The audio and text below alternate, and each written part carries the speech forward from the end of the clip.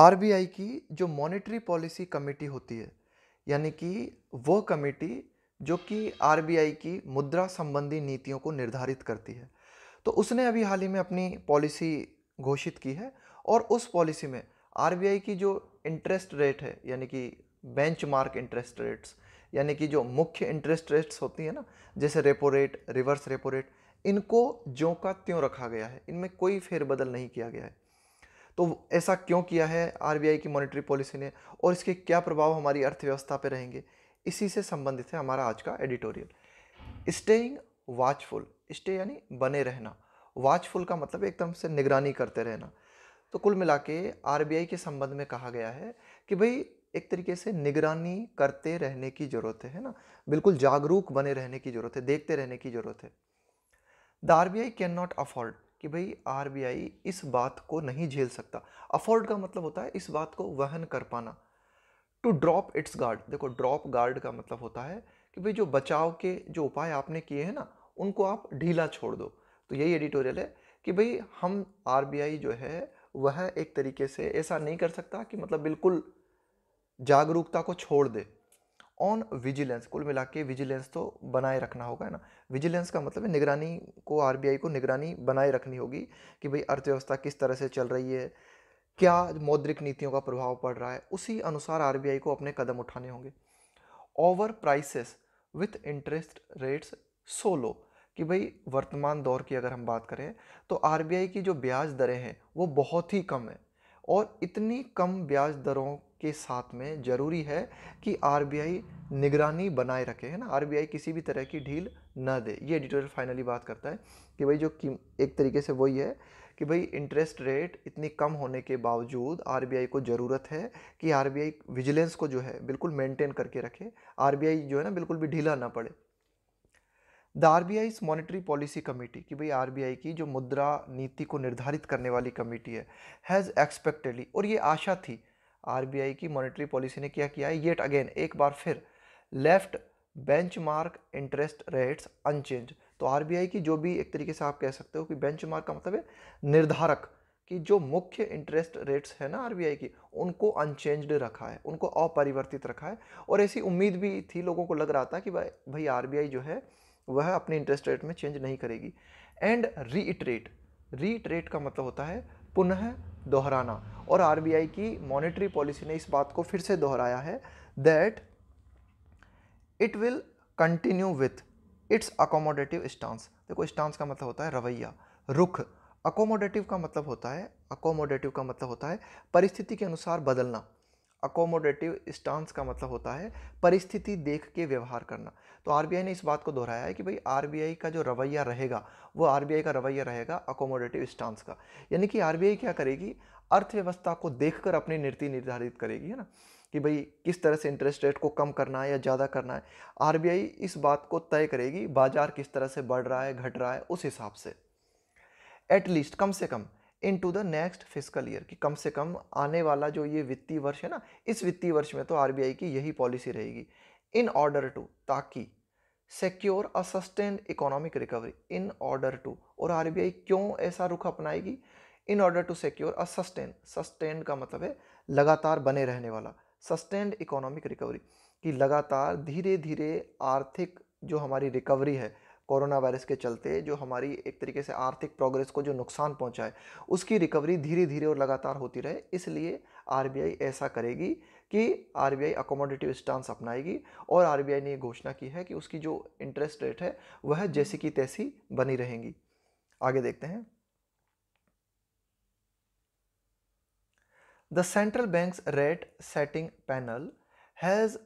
Reasoned that, reason का मतलब है लॉजिक देना, है ना, तर्क देना, कि भाई जो हमारा आरबीआई है, रेट सेटिंग पैनल, इसका जो पैनल का मतलब क्या होता है, विशेषज्ञ लोगों का एक ग्रुप। तो आप कह सकते हो कि भाई आरबीआई की जो ये जो एमपीसी है, मॉनेटरी पॉलिसी कमेटी है,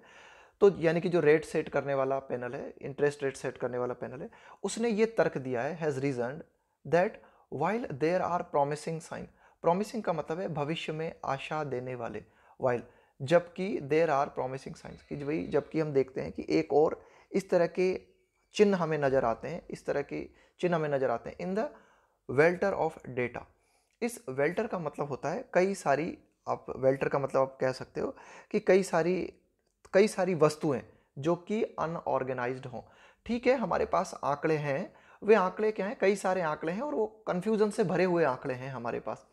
तो while there are promising signs, तो ठीक है, इन कंफ्यूजन से भरे हुए आंकड़ों में भी हमें भविष्य के प्रति कुछ अच्छी सूचना देने वाले चिन्ह नजर आते हैं। That it has looked at, कि भाई आरबीआई का ये जो रेट सेटिंग करने वाला पैनल है, इसने जो कुछ देखा है तो उसमें इसको नजर आया है कि भाई कुछ अच्छी चिन्ह नजर आते हैं ना। The ongoing recovery is still to gather from traction, लेकिन ऑनगोइंग का मतलब है जो जारी है, recovery is still to gather firm traction, firm का मतलब है मजबूत, ट्रैक्शन का मतलब है यहाँ पे पकड़, कि भाई ये जो अर्थव्यवस्था में धीरे धीरे जो रिकवरी चल रही है ना, कि भाई धीरे धीरे जो सुधार हो रहा है, is still to gather firm traction, तो उस सुधार तो हो रहा है लेकिन उतनी मजबूती के साथ नहीं हो रहा है। तो हमारी अर्थव्यवस्था को अभी भी अपनी मजबूत पकड़ बनानी है। मेकिंग इट क्रूशियल, क्रूशियल का मतलब है महत्वपूर्ण, इस बात को महत्वपूर्ण बनाते हुए to provide continue policy support, तो आरबीआई का जो पैनल है ना, उसने इस बात को महत्वपूर्ण बनाते हुए to provide continued policy support, कि भाई आरबीआई चाहता है कि लगातार आरबीआई की ओर से पॉलिसी सपोर्ट मिलता रहे, लगातार आरबीआई की ओर से ऐसी नीतियां जारी रहें जो कि हमारी ग्रोथ को रीस्टोर करने में सपोर्ट करे। रीस्टोर का मतलब होता है पुनः किसी चीज़ को नॉर्मल स्टेज में लाना। तो जो ग्रोथ है हमारी, यानी कि जो हमारी जीडीपी है, हमारी अर्थव्यवस्था है, उसमें जो वृद्धि है वो वापस पहले जैसी हो सके, उसके लिए आरबीआई जो है लगातार क्या कर रहा है, पॉलिसी के माध्यम से सपोर्ट दे रहा है। The sharp deceleration in retail inflation in December, sharp, देखो एक्सेलरेशन का उल्टा है डिसलरेशन, एक्सेलरेशन का मतलब है तेजी आना, वृद्धि होना किसी चीज में, डिसलरेशन मतलब कमी आना। इन रिटेल इन्फ्लेशन, कि भाई जो खुदरा कीमतें हैं, है ना, इन्फ्लेशन का मतलब आप सामान्य भाषा में समझ सकते हो महंगाई, इन्फ्लेशन को बोलते हैं मुद्रास्फीति। इन दिसंबर, तो दिसंबर के दौरान महंगाई, या आप कह सकते हो कि ये जो खुदरा महंगाई है या खुदरा मुद्रास्फीति है, उसमें बहुत ही ज़्यादा कमी देखने को मिली हमें दिसंबर में। When headline CPI inflation, consumer price index, ये जो सीपीआई है ना, यह तय करता है, मतलब मुद्रास्फीति को बताने वाला सूचक है ये। तो when headline CPI inflation eased का मतलब है राहत मिलना, ईज का मतलब है राहत मिलना या किसी चीज में कमी आना, to 4.6% after being stuck, stuck का मतलब है एक जगह रुक जाना, बिल्कुल उसी जगह पे फंस जाना, above the RBI upper tolerance threshold, threshold का मतलब है लिमिट, भाई आपकी सीमा क्या है, ऑफ 6%। टॉलरेंस थ्रेशोल्ड का मतलब हुआ आपकी सहने की सीमा ऑफ 6% फॉर 6 स्ट्रेट मंथ। देखो क्या था कि पिछले 6 महीनों से, 6 स्ट्रेट मंथ का मतलब है एक के बाद एक, लगातार जो 6 महीने थे, स्ट्रेट का मतलब क्या होता है सीधा, यहाँ पे सीधे से मतलब है लगातार एक के बाद एक 6 महीनों तक, ये जो एक तरीके से आप कह सकते हो कि इन्फ्लेशन है वह 6% जो है बनी हुई थी, अबाउ 6% से भी ज़्यादा थी, above the RBI above tolerance threshold, कि भाई आरबीआई जो है ना, महंगाई, ये जो इन्फ्लेशन जो बनी हुई थी, तो आरबीआई की जो लिमिट है ना, उस लिमिट से भी ज़्यादा बनी हुई थी, 6% से भी ज़्यादा बनी हुई थी। आरबीआई इस बात को जो है एक तरीके से कंट्रोल नहीं कर पा रही थी, सह नहीं पा रही थी। लेकिन फिर दिसंबर में हमें अचानक से देखने को मिला कि ये जो एक तरीके से इन्फ्लेशन है उसमें इतनी कमी आ गई और वो कहाँ पहुँच गई, 4.6%। तो आगे देखते हैं एडिटोरियल क्या बात करता है कि ये जो कमी हमें देखने को मिली, यानी कि ये जो इन्फ्लेशन में कमी हमें देखने को मिली,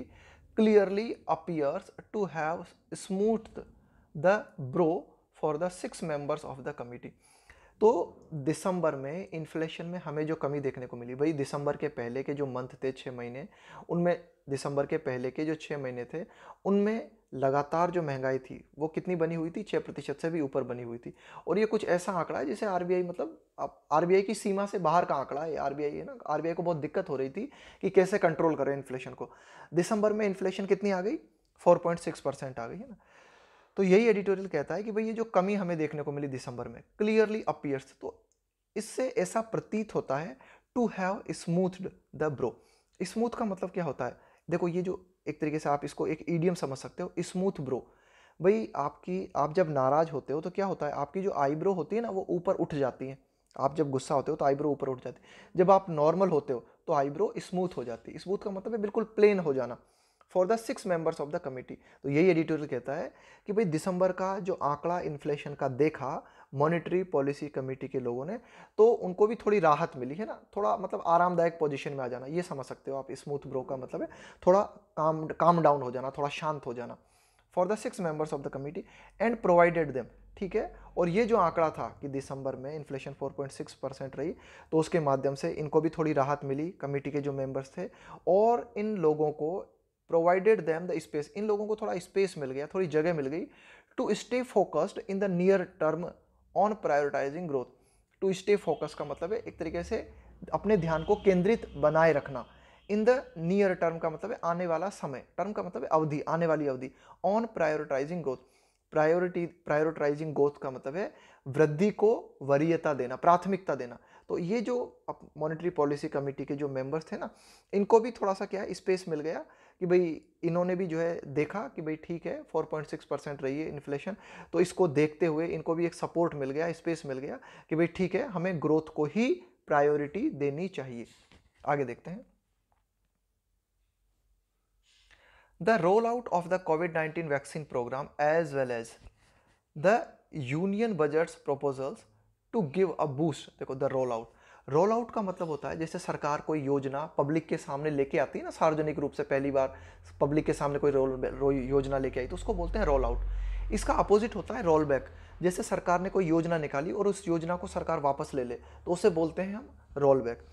तो the roll out of the कोविड-19 वैक्सीन प्रोग्राम, कोविड-19 वैक्सीनेशन प्रोग्राम, तो ये जो सरकार कोविड-19 वैक्सीनेशन प्रोग्राम को लेके आई है सभी लोगों के लिए, एज वेल एज का मतलब इसके साथ ही साथ द यूनियन बजट्स प्रपोजल, इसके साथ ही साथ जो अभी हाल ही में यूनियन बजट पारित किया गया है, उसमें जो प्रस्ताव सरकार लेके आई है, क्यों लेके आई है इस प्रस्ताव को? टू गिव अ बूस्ट, ताकि एक सपोर्ट मिल सके। देखो बूस्ट आता है ना, तो बूस्ट के माध्यम से आपको एनर्जी मिलती है, सपोर्ट मिलता है ना, आगे जाने के लिए कुछ बल मिलता है। To give a boost to infrastructure, तो देखो आरबीआई ने यूनियन बजट्स में कई प्रस्ताव रखे हैं ताकि सपोर्ट दिया जा सके, किसको? इंफ्रास्ट्रक्चर को, कि भाई जो आधारभूत संरचना है ना, उसको और ज़्यादा बढ़ाया जा सके। And innovation and research, innovation का मतलब होता है कुछ नया करना, किसी भी फील्ड में कुछ नया आप करते हो ना, तो उसको बोलते हैं इनोवेशन, है ना। तो रिसर्च के क्षेत्र में या कुछ इनोवेशन किया जा सके, कुछ नया किया जा सके, अमंग अदर थिंग कई सारी चीज़ें हैं। तो यानी कि इंफ्रास्ट्रक्चर को डेवलप करना है, आधारभूत संरचना को डेवलप करना है, रिसर्च को बढ़ावा देना है। तो इन सबको बढ़ावा देने के लिए कई प्रस्ताव सरकार अपने बजट में लेके आई है। तो यही एडिटोरियल कहता है इन सारी की सारी बातों को have been recognised as factors. तो ये सारी की सारी बातें जो हैं इनको तथ्य के रूप में माना गया है। रिकॉग्नाइज का मतलब होता है पहचानना, है ना। Have been recognised as factors likely to restore confidence, ये कुछ ऐसे तथ्य हैं जिनकी की संभावना है। लाइकली मतलब ऐसा होने की संभावना है। टू रेस्टोर कॉन्फिडेंस, कॉन्फिडेंस का मतलब है एक बार फिर से विश्वास को लौटाना। रेस्टोर का मतलब है पुनः नॉर्मल स्टेट, पुनः किसी चीज को नॉर्मल स्टेज में लेके आना। To restore confidence and land a fillip, तो ये सारे के सारे कुछ ऐसे कारक हैं जो कि अर्थव्यवस्था में लोगों के विश्वास को लौटाएंगे। And land a fillip, land a fillip, fillip का मतलब है यहाँ पे प्रोत्साहन, है ना, एनकरेजमेंट, है ना। लैंड का मतलब है प्रोवाइड करना, एंड लैंड ऑफ फिलिप का मतलब है एनकरेजमेंट, प्रोवाइड करना टू द ग्रोथ मोमेंटम, यानी कि वृद्धि की मोमेंटम का मतलब है यहाँ पे एक तरीके से रफ्तार या फिर चाल आप समझ सकते हो कि भाई जो ग्रोथ मोमेंटम है यानी कि वृद्धि की जो रफ्तार है उसको सपोर्ट मिलेगा, है ना। इसको सपोर्ट प्रोवाइड कराएंगे, ये जो हमने काम किए ना, ये काम जो है वृद्धि को सपोर्ट करेंगे रेस्पेक्टिवली, है ना। एक मतलब एक रेस्पेक्टिवली क्रमशः है, ये जो बात हमने की क्रमशः मतलब इस तरह से ऐसा होगा। रूरल डिमांड्स परसिस्टेंस रेसिलियंस, कि भाई ग्रामीण मांग की अगर हम बात करें, rural demands persistent resilience, persistent का मतलब है जो लगातार बनी रहती है। रेसिलियंस का मतलब होता है फिर से उठ खड़े होना। जैसे आप किसी युद्ध में हार गए, फिर से आप जो है लड़ने के लिए उठ खड़े होते हो, तो उसको उसको बोलते हैं रेसिलियंस, कि यार वो तो फिर से उठ खड़ा हुआ। Is what the MPC sees, monetary policy committee sees undergird, undergird का मतलब होता है किसी चीज को आधार मानना, है ना। अंडरग्रिड का मतलब होता है कि भाई किसी चीज को आप एक तरीके से आधार मानते हो ना अपना, कि भाई कोई चीज जो है वह आपके लिए एक बेस का काम करती है ना, तो उसको बोलते हैं अंडरग्रिड। रूरल डिमांड्स परसिस्टेंट रेसिलियंस, तो ग्रामीण क्षेत्र में जो डिमांड है वह लगातार बनी हुई है, आप ये कह सकते हो ग्रामीण क्षेत्र में लगातार डिमांड बनी हुई है। तो यह कुछ ऐसी बात है, इसको मॉनेटरी पॉलिसी कमेटी देखती है कि भाई जो ग्रामीण क्षेत्र में जो डिमांड है ना, वह हमारे लिए आधार है। सी इज अंडरग्रेडिंग द डिमांड रिकवरी, कि भाई कोरोना वायरस के चलते डिमांड में भी कमी आई, तो इस डिमांड रिकवरी का आधार नजर आती है रूरल डिमांड। एडेड, एड का मतलब है सपोर्ट प्रदान करना किसी चीज को, है ना, ये जो AID एड का मतलब होता है सपोर्ट, सहायता। इन इट्स व्यू, आरबीआई अपने व्यू में, आरबीआई के व्यू में अगर हम बात करें, आरबीआई के नजरिए में अगर हम बात करें, by good prospects for agriculture, तो आरबीआई को लगता है, प्रोस्पेक्ट का मतलब है संभावना, कि भाई आरबीआई को लगता है एग्रीकल्चर के क्षेत्र में काफ़ी संभावनाएं जो है आरबीआई को नजर आती हैं। तो यही भाई आरबीआई ने ये आरबीआई की जो मॉनेटरी पॉलिसी कमेटी है ना, इसने देखा कि भाई रूरल डिमांड भी बनी हुई है, तो रूरल डिमांड जो है रिकवरी के लिए जो है आधार बनेगी। साथ ही साथ सपोर्ट मिलेगा हमें, किस चीज़ से सपोर्ट मिलेगा कि एग्रीकल्चर क्षेत्र जो है उसमें काफ़ी अच्छी संभावना है, कि भाई काफ़ी अच्छी फसल होने की संभावना है, तो वह जो फसल होगी ना वह भी हमारी अर्थव्यवस्था को सपोर्ट करेगी। And here while overall rabi sowing, rabi की जो फसल है, सो का मतलब है बोना, has been 2.9% year on year as on January 29। तो 29 जनवरी को अगर आधार मान के अगर हम बात करें, भाई पिछले साल 29 जनवरी में क्या थी रबी की फसल, और इस साल 29 जनवरी को क्या है रबी की फसल, तो इन दोनों के आंकड़ों में अगर हम तुलना करें तो 2.9% की वृद्धि हमें देखने को मिली है। यानी कि इस साल पिछले साल की तुलना में रबी की जो फसल है उसमें 2.9% की वृद्धि हमें देखने को मिली। वाइल ओवरऑल, है ना, टोटल अगर हम बात करें, रबी सोइंग हैज बीन 2.9% हायर, इस साल रबी की फसल पिछले साल की तुलना में 2.9% ज्यादा रही है। द फार्मर्स एजिटेशन, लेकिन ये जो किसानों का आंदोलन है, the farmers agitation involving cultivators, देखो कल्टीवेटर के दो मतलब होते हैं। एक तो कल्टीवेटर उस उपकरण को बोलते हैं जिसके माध्यम से ये जो कृषि, ये जो अपना किसान होता है ना, वो काम करता है, उसको बोलते हैं एक तो कल्टीवेटर, कि भाई कल्टीवेटर के माध्यम से आप क्या करते हो, जमीन की खुदाई करते हो, है ना, घास फूस उखाड़ते हो ना। दूसरा कल्टीवेटर जो है आप उस व्यक्ति को भी बोलते हो जो कि ग्राउंड को तैयार करता है ना, और उसमें फिर फसल उगाता है, तो उसको भी बोलते हैं। तो यहाँ पे एडिटोरियल का कहना है कि भाई कई सारे जो किसान हैं वे एजिटेशन में लगे हुए हैं, वे आंदोलन में लगे हुए हैं। तो एडिटोरियल क्या कहता है, the farmers agitation involving capital involving cultivators from की क्रॉप ग्रोइंग स्टेट, की का मतलब है महत्वपूर्ण, मुख्य crop growing states including Punjab and Haryana and UP, कि भाई जैसे कुछ मुख्य फसल उगाने वाले राज्य जैसे कि पंजाब है, हरियाणा है, यूपी है। अब इन क्षेत्रों का जो किसान है वह एजिटेशन में लगा हुआ है ना, तो यह जो एक चिंता का कारण है, is a cause for concern as a protracted impasse. देखो प्रोट्रैक्टेड का मतलब होता है लंबा, है ना, कि भाई ये आंदोलन जो है ना बहुत लंबा खिंच गया है, प्रोट्रैक्टेड का मतलब है लंबा। इम्पास, इम्पास का मतलब होता है डेडलॉक, इम्पास का मतलब होता है गतिरोध की स्थिति, है ना, कि भाई सरकार और ये जो किसानों का आंदोलन है, इस आंदोलन और सरकार के बीच में गतिरोध की स्थिति बनी हुई है, ये आंदोलन बहुत लंबा हो गया है, तो ये चिंता का कारण है। क्यों? क्योंकि किसान लोग इस आंदोलन में लगे हुए हैं, तो वहां पे फसल को कौन उगाएगा, वहां फसल कौन देखेगा। तो ये एडिटोरियल कहता है कि भाई ये जो डेडलॉक है ना, हैज द पोटेंशियल, इस डेडलॉक में, इस गतिरोध में इस बात की क्षमता है टू डिसरप्ट, डिसरप्ट का मतलब है बाधा डालना, बाधित करना, to disrupt farm output, output का मतलब है प्रोडक्शन, उत्पादन, कि भाई ये जो हमारा किसान फार्म आउटपुट है, जो कृषि उत्पादन है ना, इसमें क्या आ सकती है, बाधा आ सकती है। थ्रेटनिंग, थ्रेटनिंग का मतलब है डराना, भयभीत करना, both growth and inflation dynamics, dynamics का मतलब है यहाँ पे आयाम, समीकरण। तो देखो एडिटोरियल कहता है कि भाई अगर किसान इस आंदोलन में ही लगा रहेगा तो इसके माध्यम से एक खतरा पैदा होता है, एक थ्रेट पैदा होता है कि जो वृद्धि है और जो महंगाई है उसके समीकरण में जो है एक तरीके से उसके समीकरण जो है ना बिगड़ सकते हैं। ये एडिटोरियल कहना चाह रहा है कि भाई वृद्धि के यानी कि महंगाई बढ़ सकती है ना, ग्रोथ में कमी आ सकती है अगर किसान इसी आंदोलन में लगा रहता है ना। तो ये एडिटोरियल कहना चाह रहा है कि ठीक है, रबी की फसल में पिछले साल की तुलना में इस बार जो है हमें वृद्धि देखने को मिली है, लेकिन एडिटोरियल कहता है कि भाई ये जो हम बात कर रहे हैं ना, किसान एक तरह से हम जो बात कर रहे हैं कृषि उत्पादन की जो बात कर रहे हैं, फार्म आउटपुट की जो बात कर रहे हैं, उस पर खतरा बना हुआ है। क्यों? इस आंदोलन के चलते। आगे देखते हैं।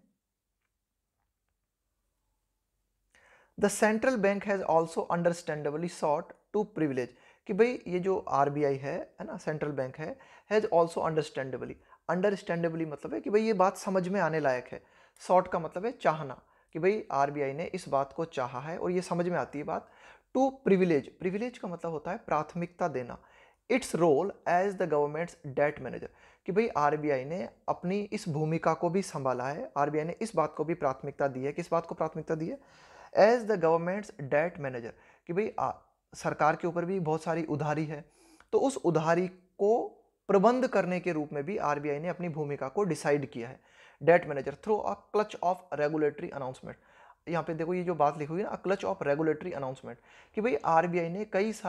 सारी घोषणाएं की हैं, रेगुलेट का मतलब है नियंत्रित करने के लिए, कि भाई सरकार की जो उधारी है उस उधारी को मैनेज करने के लिए, मैनेज करने का काम भी आरबीआई ने किया है, और कई सारे अनाउंसमेंट किए हैं।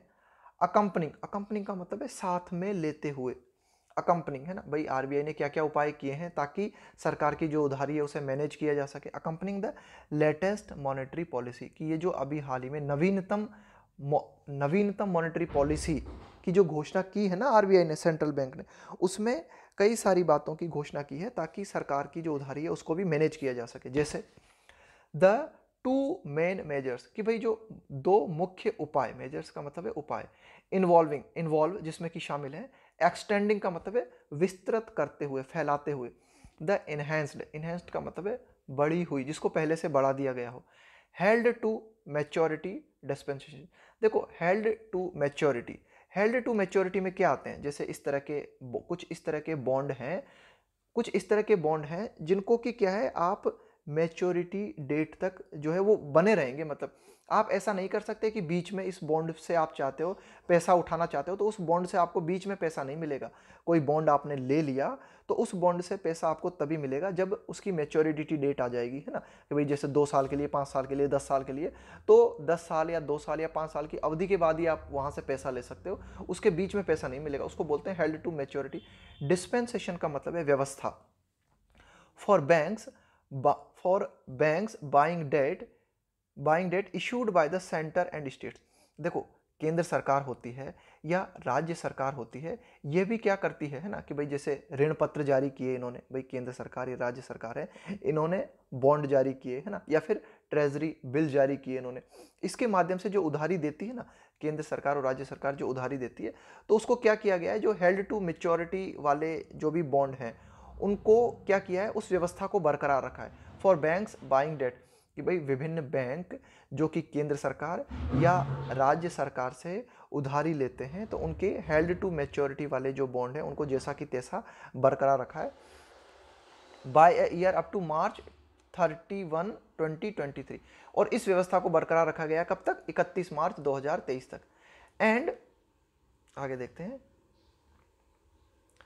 And allowing retail investors to make direct online purchases. इसके अलावा जो एक तरीके से खुदरा निवेश करने वाले लोग हैं उनको एक तरीके से ये प्लान दिया है सरकार ने, to make direct online purchases, कि भाई वे जो है डायरेक्ट ऑनलाइन परचेज कर सकते हैं ऑफ गवर्नमेंट सिक्योरिटीज़, कि भाई सरकार गवर्नमेंट सिक्योरिटीज है ना, गवर्नमेंट सिक्योरिटीज़ का मतलब है कि भाई सरकार ये जो एक तरीके से पैसा देती है ना, गवर्नमेंट सिक्योरिटीज वाया के माध्यम से a retail direct guilt security account, कि भाई ये जो एक तरीके से निवेश करने वाले लोग हैं ये क्या कर सकते हैं, अपना रिटेल डायरेक्ट अकाउंट बना सकते हैं, जिल्ड सिक्योरिटी अकाउंट बना सकते हैं, हेल्ड विद द आरबीआई, कि भाई आरबीआई के कंट्रोल में यह एक अपना अकाउंट के माध्यम से डायरेक्ट ऑनलाइन परचेज कर सकते हैं ना। ये कुछ बातें एक तरीके से आरबीआई ने रखी हैं। With the centre alone targeting to borrow as much as 12 lakh crore, भाई केंद्र सरकार का खुद का टारगेट है, एकमात्र अलोन यानी अकेला खुद का टारगेट है केंद्र सरकार का, टू बोरो, कि भाई केंद्र सरकार उधार लेना चाहती है, एज मच एज, ये एज मच एज जो आया है ना ये बताता है कि भाई कितना, एम्फेसिस डालने के लिए प्रयोग करते हैं हम इसका, एज मच एज है ना, as many as much as, की इतना 12 लाख करोड़ का टारगेट है सरकार का, केंद्र सरकार का उधार लेने का, एट द ग्रोस लेवल है ना, टोटल लेवल पर, in the coming financial year, आने वाले वित्तीय वर्ष में केंद्र सरकार का प्लान है 12 लाख करोड़ का, 12 लाख करोड़ रुपए उधार लेने का प्लान है सरकार का। द डेट मैनेजर, यहाँ पे डेट मैनेजर आया है आरबीआई के लिए है ना, फेसेस, तो आरबीआई के सामने चुनौती है द अनइनविएबल टास्क, अनइनविएबल टास्क का मतलब होता है बहुत ही कठिन काम, टास्क का मतलब हो गया काम, अनइनविएबल का मतलब होता है अवांछनीय, आरबीआई के सामने एक बहुत ही कठिन काम है, ऑफ इंश्योरिंग, ये सुनिश्चित करने का, दैट द, भाई आरबीआई के सामने क्या चुनौती है बड़ी, that the flood of debt, कि भाई जो लगातार उधारी पे उधारी बढ़ती जा रही है ना, कि लगातार सब लोग उधार लेते जा रहे हैं, सरकार भी उधारी में, सभी उधारी में, बैंक भी उधारी में। तो ये जो उधारी की जो बाढ़ है, not only finds takers at a price that doesn't push up. Push up का मतलब है ऊपर चले जाना, है ना, और ज़्यादा बढ़ जाना। जैसे पुश अप का मतलब है धकेलना, तो पुश अप बोरोइंग कॉस्ट, कि भाई ये जो उधार लेने की पुश अप बोरोइंग कॉस्ट का मतलब क्या हुआ? बोरो का मतलब है पैसा उधार लेना, कि भाई ऐसा न हो जाए कि लगातार ये जो लोग बाग एक तरीके से जो उधार ले रहे हैं ना, मतलब सरकार भी उधार ले रही है, सब लोग उधार ले रहे हैं, तो उसके माध्यम से ऐसा न हो जाए कि जो लेने वाला है, पैसा उधार लेने वाला है, उसको ज़्यादा कॉस्ट चुकानी पड़े ना। बोरो मतलब एक तरीके से इंटरेस्ट रेट बढ़ जाए, मतलब है ना, बोरोइंग कॉस्ट उसे ज़्यादा देनी पड़े for the rest of the real economy, कि भाई सरकार भी उधार लेगी, सभी उधार ले रहे हैं, तो उसके माध्यम से ऐसा ना हो कि हमारी जो बाकी की जो अर्थव्यवस्था है ना, बाकी की जो अर्थव्यवस्था में प्राइवेट निवेश करने वाले लोग हैं, उनके लिए कीमतें ना बढ़ जाएं। बट ऑल्सो, तो ये भी सुनिश्चित करना है आरबीआई को, बट ऑल्सो साथ ही साथ आरबीआई को इस चीज़ को भी सुनिश्चित करना है of trying and preventing it from crowding out. देखो क्राउड आउट का मतलब क्या होता है? क्राउड आउट इफेक्ट का मतलब होता है कि अगर इंटरेस्ट रेट में बढ़ोतरी होती है तो प्राइवेट निवेश में कमी आती है, ये होता है क्राउड आउट इफेक्ट, है ना। क्राउड आउट इफेक्ट का मतलब है कि भाई बढ़ी हुई ब्याज की कीमतों के चलते प्राइवेट इन्वेस्टमेंट में कमी आ जाती है। तो ये एडिटोरियल कह रहा है कि भाई अगर जो प्राइवेट निवेश करने वाले लोग हैं, वे अगर जो पैसा उधार लेंगे, है ना, तो अगर उनको ज़्यादा कीमत पे पैसा उधार लेना पड़ रहा है तो स्वाभाविक सी बात है वे कम निवेश करेंगे। तो ये एडिटोरियल कह रहा है कि आरबीआई को इस चीज़ को भी सुनिश्चित करना होगा, आरबीआई को कोशिश करनी होगी, इस बात को रोकना होगा कि क्राउड इफेक्ट, है ना, क्राउडिंग आउट इफेक्ट ना हो जाए, है ना, क्राउडिंग आउट इफेक्ट जो है क्रिएट ना हो जाए, कि भाई कीमतें मतलब इंटरेस्ट रेट इतनी ना बढ़ जाए कि प्राइवेट निवेश में कमी आ जाए। From crowding out demand for private investment credit. हाँ, ये एडिटोरियल कहना चाह रहा है कि जो निजी निवेश है ना, निजी निवेश को जो क्रेडिट मिलना है, निजी निवेश के पास जो पैसा जाना ना, उतना पैसा जो है उसकी डिमांड में कमी ना आ जाए, ये एडिटोरियल बात करता है। With interest rates being held at near record लो, कि भाई वर्तमान दौर की अगर हम बात करें तो जो ब्याज दरें हैं उनको रोका गया है, बीइंग हेल्ड, है ना, उनको रोक के रखा है, एट नियर रिकॉर्ड लो, मतलब बहुत कम है ब्याज दरें। अगर इस वर्तमान समय की अगर हम बात करें तो बिल्कुल एकदम रिकॉर्ड स्तर पे कम चल रही है ब्याज दरें। एंड इन्फ्लेशन, और जो मुद्रास्फीति, जो महंगाई है, स्टिल परसिस्टिंग, वह अभी भी बनी हुई है above the RBI benchmark repo rate of 4%, कि भाई आरबीआई की, ये मैंने बताया ना, बेंचमार्क का मतलब है जो मापदंड निर्धारित करने वाली है, कि भाई आरबीआई की जो रेपो रेट है 4% की, उससे ऊपर अभी भी महंगाई बनी हुई है। रिजल्टिंग इन, इसका परिणाम हमें क्या देखने को मिल रहा है? नेगेटिव रियल रिटर्न फॉर सेवर्स, कि भाई जो सेविंग करने वाले लोग हैं, जो सेवर्स हैं, उनके लिए एक तरीके से नेगेटिव रिजल्ट देखने को मिल रहे हैं, ये एडिटोरियल कहना चाह रहा है ना। The RBI can ill afford, भाई आरबीआई इस बात को मतलब बर्दाश्त नहीं कर सकती। देखो किसी भी चीज़ के लिए अगर हम बोलते हैं ना कि भाई इस किसी भी चीज़ को अगर आप बोलते हो इल अफोर्ड करना, इल अफोर्ड का मतलब है कि भाई आप इसको, आप अयोग्य हो, आप ये नहीं उठा सकते आप, है ना, कि भाई आपको कई सारी दिक्कत आ रही है इस चीज़ को उठाने में। तो RBI can ill afford, RBI इस चीज़ को नहीं उठा सकती, आरबीआई इस चीज़ को नहीं झेल सकती। To drop its guard, drop once guard का मतलब है कि भाई आरबीआई जो भी बचाव के एहतियात हैं उनको कम नहीं कर सकती आरबीआई जो भी बचाव के उपाय हैं, यानी कि आरबीआई जो निगरानी है, जो विजिलेंस है ओवर प्राइसेस, यानी कि कीमतों के ऊपर जो निगरानी आरबीआई कर रही है ना, उस निगरानी को आरबीआई को जो है बरकरार रखना होगा।